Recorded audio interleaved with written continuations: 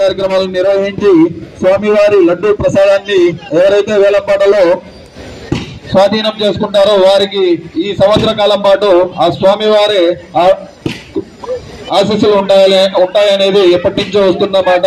కాబట్టి ప్రతి ఒక్కరు కూడా ఈ కార్యక్రమంలో పాల్గొనాలని కోరుతున్నాము.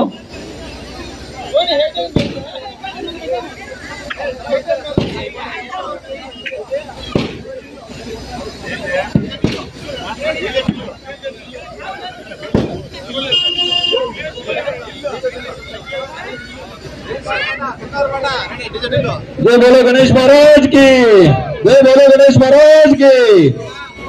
ప్రతి ఒక్కరు కూడా ఈ శోభాయాత్ర కార్యక్రమంలో పాల్గొనాలని మరీ కోరుతున్నాము. ఎవరైనా వచ్చే వాళ్ళు ఉంటే తప్పకుండా రాండి.